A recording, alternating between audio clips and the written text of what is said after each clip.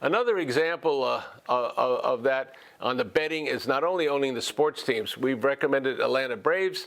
We also like Madison Square Garden with the Knicks are finally doing better, and where you have the New York Rangers, and you can buy MSG at $180, and it's somewhat lower than it was last year before they spun off the company, if I add the MSG Entertainment.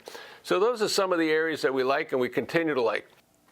Another area that we have been focusing on and continue to focus on is direct to the consumer in this digital world that we're living in. As an example, Spotify. Spotify today has 345 million subscribers, about 150 of which are paying a monthly service charge. The others are advertiser supported.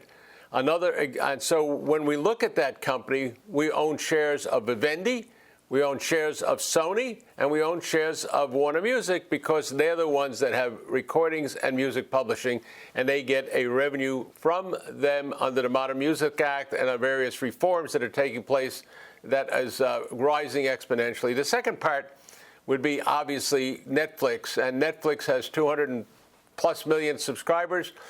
Disney is up to that amount on a global basis, but you have other streaming services. The other streaming services would be Viacom with Paramount Plus, where you have right now the great Kevin Costner movie of Yellowstone as an example as appearing in some, but they also have a large content and a large distribution, and they will jumpstart that. And then Discovery with David Zaslav taking his content on a global basis and putting it in. And from his conference call with analysts the other day, he says he's up to 12 million and growing at an accelerating rate with regards to number of subscribers. AMC Networks, not to be confused with the one that does movie theaters, but the company that brings you The Walking Dead, which Josh Chapin is also involved in the notion of streaming in some way. So the ideal world is to have content and capabilities. Comcast does it with Peacock.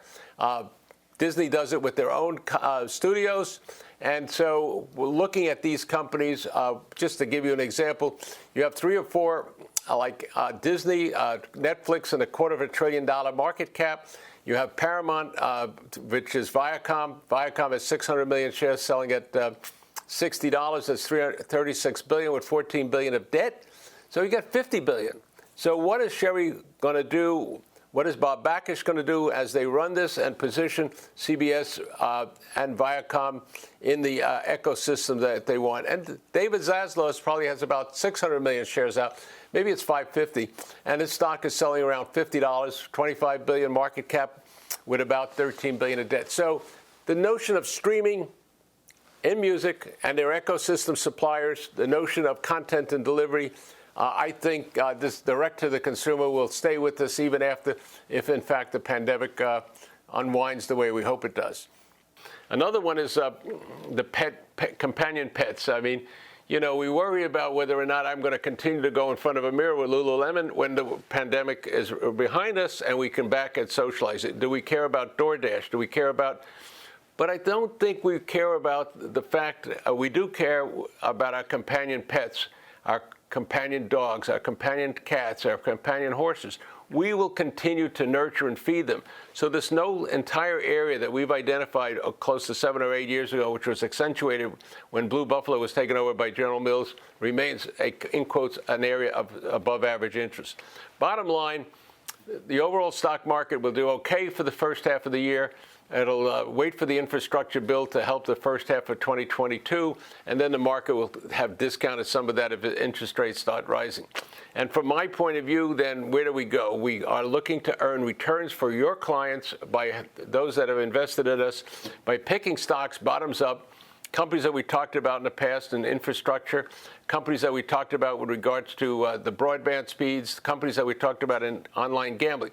And in addition to that, those that have been cyclically tainted that derive demand from areas that were weak. A good example is Dana Corp, located in Michigan, DAN symbol, 140+ million shares. The stock is trading around 22. Why do we like it? The stock dropped to $7 or $8. They eliminated the dividend. Jim Catsikas, the CEO, started migrating and accelerating into the EV. So cyclical company, derives the demand from production of light vehicles and trucks and traditional drivetrain equipment. So how bad was bad? They had to cut the dividends. Stock dropped sharply. Then how long will it take to recover? The company is recovering now. Good Q4, earnings this year up in the $2 plus area. And then when things recover, will they get a higher multiple? And we believe they will, in part because of their dramatic movement into the electrification on a global basis, and where they get higher revenue content per vehicle. And then perhaps even being able to monetize that. Plus, we noticed that Carl Icahn put a little love-making on the stock by putting a 13G. So those are the things that we do. We look at companies with a microscope, particularly where we have accumulated and compounded knowledge. We look at them with a telescope. Where are they going to be selling 3 or 4 years? Where's our risk reward? And we do that every day in an efficient, hopefully, manner. And now, as a personal note, our 40 analysts and portfolio managers like to go visit companies. It is very hard to do that today. Very hard. And until you find a way to get to see the new companies, you cannot do it just on Zoom. You need to interact with the managements. You need to understand how they look at their own culture and their own environment, particularly new companies that, while they're in our area and scope of historical knowledge and our accumulated knowledge and years of compounded accumulated knowledge, you still need to kick the tires, so to speak. Not that Cooper Tire today got kicked by Goodyear. That's a different issue. In any event, thank you again for including me.